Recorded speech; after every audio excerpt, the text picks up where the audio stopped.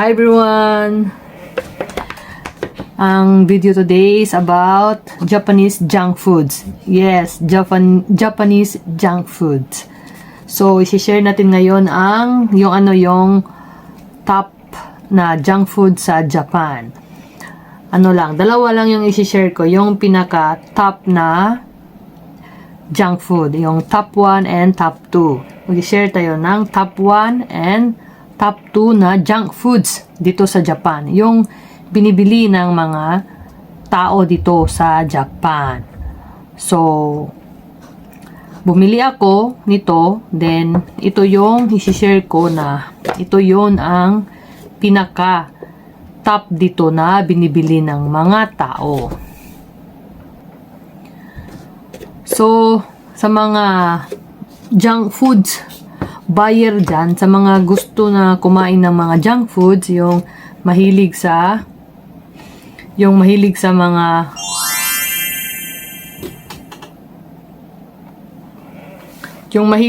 junk foods dyan. Shout out sa mga mahilig sa junk foods. Ito, para sa inyo to. No? Ito yung mga top 2 na mga binibili ng mga tao sa Japan. Itong chips na to, itong junk food na to. Okay? Kaya gusto ko lang i-share sa inyo para malaman nyo na yung kinakain nyo na junk foods, hindi yun ang top 1. Iba yung top 1 and top 2 dito. According to my research. According sa research ko lang, no? Ito yung pinaka-famous na binibili ng mga tao. Kaya top 1 and top 2. Okay? Ito sila. So, pakita natin yung number 1. Yung number 2 muna. Wag yung 1. Okay? Pakita natin yung number 2. Dahil dalawa lang yung isi-share ko dahil wala akong pera eh. Wala akong pera na ibili. So, lahat ng top 5. Kaya top 2 lang muna. No? Top 2 lang muna yung isi-share natin dito. No? Hanggang top 2 lang. Okay? I will share to you the top 2 famous Japanese junk foods. Okay, i-share natin sa inyo. Yung una, yung top 2. 1 and 2 dahil top 2 muna tayo.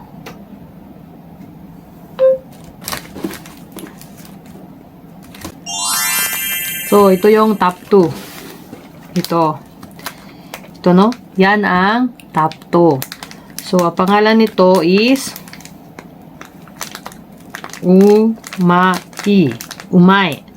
Umay na, pangalan nito, umay na chichirya. Ito yun, ito siya. May may character yan, every For example, ito, sino ba to? Si Doraemon ba to? Hindi ko alam sino to. Yan, yung pag may umay na dyan, ito, pangalan niya, yan na, yan siya, famous yan sa Japan, top 2 yan. Yan ang flavor nito. Corn to, corn. Then ito din. Ito, anong flavor nito? So Doraemon to di ba? May mga yan, flavor yan. Sila. Ito yellow, di ba? Yellow yan, ito gray. Ito violet, anong flavor kaya to? May nakasulat din flavor diyan. Kanji kasi, di tanto mababasa yung mga ito lang yung kaya nating basahin, yung umay. Masarap. So, may nakasulat na pangalan niya umay. Yung umay ay yan. Kung sa Tagalog yan, masarap yan, no? Masarap. Kaya ito yung top 2. Ito yung top 2, no? So, yan. Pag makakita kayong ganyan diyan sa Japan, dito diyan sa Japan, yan ang sali yan sa mga tops na junk foods na binibili ng mga tao dito. Okay, try natin kainin ba? Sige, try natin buksan. Ano yung una natin? Ito, gusto ko yung sweet corn eh. So, buksan natin to. Try natin itong buksan. Masarap to.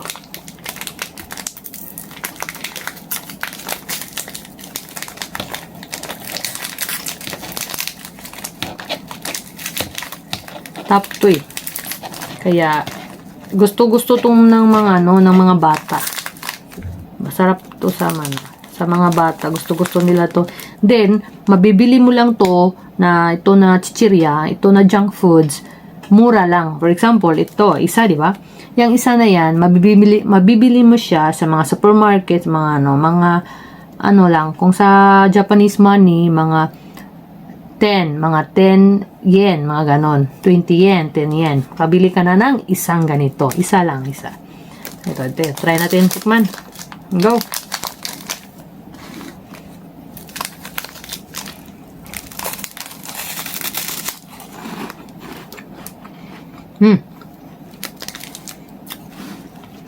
Yan. Parang ano ba yan sa Pinas? Sweet corn. To, para itong, to. Ito, parang sweet corn. Ito siya. Diba? Parang sweet corn. Para lang itong sweet corn.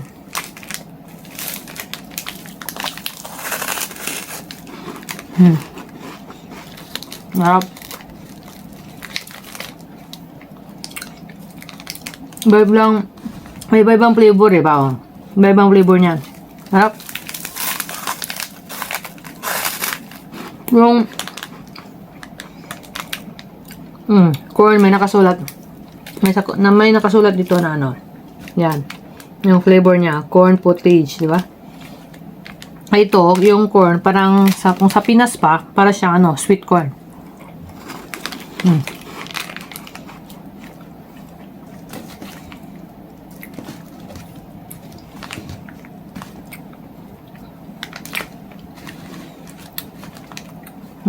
Sarap. Sarap dyan. Kaya siguro siya, top 2 siya sa Japan, no? Sige, punta na tayo sa top 1. Okay, ito yung top 2. Top 1 na tayo. Top 1 agad tayo dahil baka maubos ko pa yan. Okay, let's go sa top 1. Number 1 na Japanese junk foods na binibili ng mga tao dito, yung popular na junk foods. Popular to siya dahil marami ang gusto talaga nito ng company to. Ito yung number 1 na junk foods in Japan. Top 1. Yan ang top 1. Yan. So, nababasa nyo ba? Ito, di ba? May nakasulat na Calbee. Oo, top 1 siya. Top 1 yung Calbee na yan. Marami siyang klase-klase na junk foods, di ba? Sa Japan. Gusto ang mga Hapon nito eh. Gusto ang mga Japanese. Nito? Japanese. Yung mga Japanese gustong-gusto to eh. Okay, ito yung original, no? Original na size. Ito yun. May nakasulat na Calbee. Ang pangalan nito is ang top 1. The name of the top 1 junk foods in Japan is Jaga Rico. Yan. Jaga Rico. Rico yan. O, sige. Si Jaga Rico yan. Hindi si Jaga Rico. O, Sarada. May nakasulat yan. Jaga Rico Sarada. So, yan ang top 1. Japanese top 1 junk foods. Okay? So, ito yung original na size talaga niya. Pero may binili ako ng isa. Isa ang binili ko is large size. Ibang flavor to. Green yung isa, di ba? Yung isa green yan. Okay? Then ito is flavor nito is nakasulat dito is cheese. Jaga Rico cheese na. Same na yung name, Calbee. Calbee to. So, ang number 1 junk foods in Japan is Calbee, yung Jaga Rico. May mga iba din kasi na ganito ang style pero hindi Calbee, iba yung company nila. Kaya, iba-iba sila. Iba-iba silang flavor, iba-iba sila ng style. Itong, Jaga Rico, ang meaning nito is potato. Yung Jaga in Japan is potato, no? Okay, potato. Kaya made in potato to na junk food. So ito sila. Yan. Try natin buksan. No? Try natin buksan yung original na size. Okay? Ito yun. Calbee Jaga Rico. Yan, oh. Yan. Yan ang laman niya. Okay? Yan. Try natin kung ano isa. Yan. Ganun siya ka-liit. Yan lang siya. Yan lang size niya. Ito lang siya. Okay? May iba-iba yung flavor. Kung ito yung pinili ko yung ano na flavor. May iba-iba. Iba-iba klaseng na flavor. Then, try din. Buksan natin yung isa. Yung L. Yung L size. Yung malaki na size. Ito, may nakasulat L. Di ba? Pero ang original talaga yung maliit. Itong L is ngayon lang to. Try natin buksan yung L. Malaki ba? Mataas ba? Oh, yan. Malaki. Taas pala.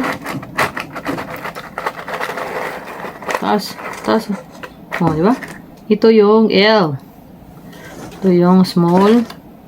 Walang M ah. Ito yung small. Ito yung small oh. So, iba rin sila ng flavor. Yung green and yung red. Ibang flavor yan sila. Then, ito yung small size. Ito yung L size. Oh, pili ka lang. Kung anong mas...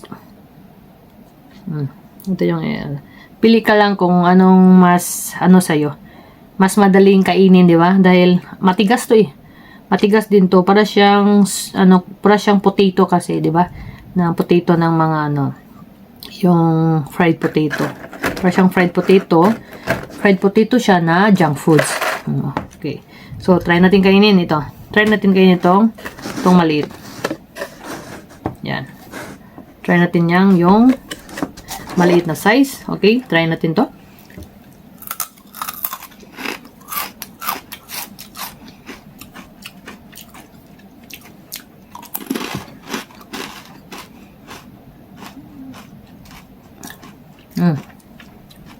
Ito, may nakasulat dito sa ibaba na alphabet. Nakikita mo ba? Nakikita ninyo ba? No? May nakasulat dito na Jaga Rico Original Flavor. Ito yung original, yung green. Yung color niya is green. Yan ang original flavor, no? Itong isa, yung nakasulat ito is ito, kung babasahin mo to sa Japan is cheese. Cheese yan. Then, nakasulat dito, diba? Tignan nyo, okay? Jaga Rico Cheese Flavor. Diba? So, cheese to. Tignan natin yung cheese. Try natin. Okay.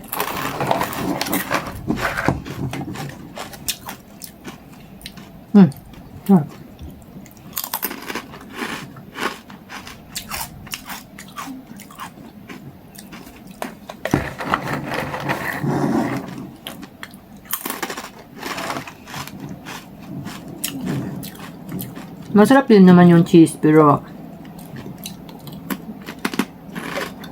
iba talaga pag